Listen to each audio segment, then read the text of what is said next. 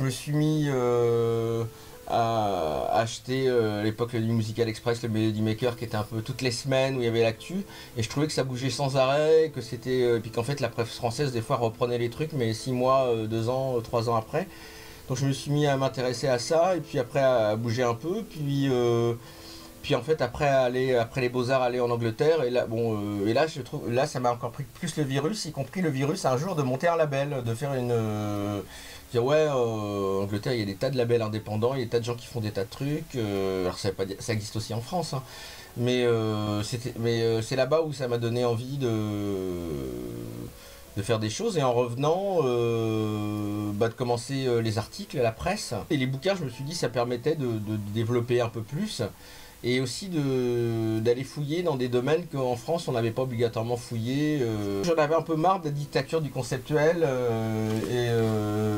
du fait qu'il y avait un mépris de la culture populaire, alors que moi je pensais que ça pouvait être un moyen intéressant au contraire de toucher des gens avec des choses de qualité, quoi. Et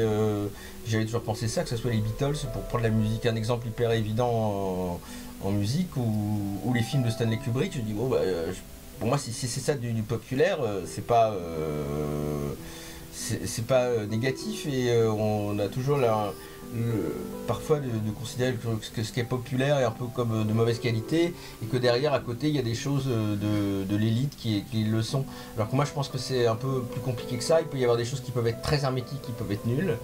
et des choses très populaires qui peuvent être nulles, et le contraire, il peut y avoir des choses assez exigeantes qui peuvent être de qualité. Donc je suis pas dans un militant ni de l'un ni de l'autre.